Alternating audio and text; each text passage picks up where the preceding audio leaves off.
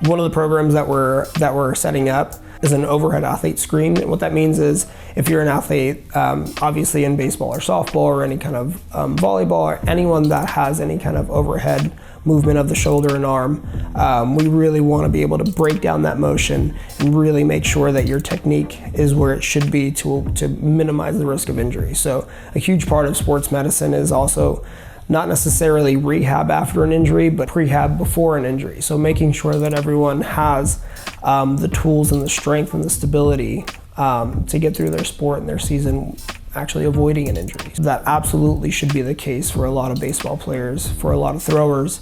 There are certainly certain tendencies that people can fall into that can diminish performance or even increase your probability that you're going to get injured.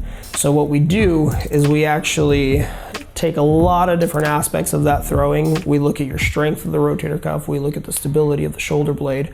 Obviously we look at your range of motion and all of these body parts, including the spine and the legs. We just make sure that all aspects of the throw and all aspects of what goes into the throwing motion is where it needs to be. So obviously we look at form, we look at being able to optimize your performance at the same time avoiding any injury, especially chronic of the elbow or the shoulder, which are usually detrimental to baseball players.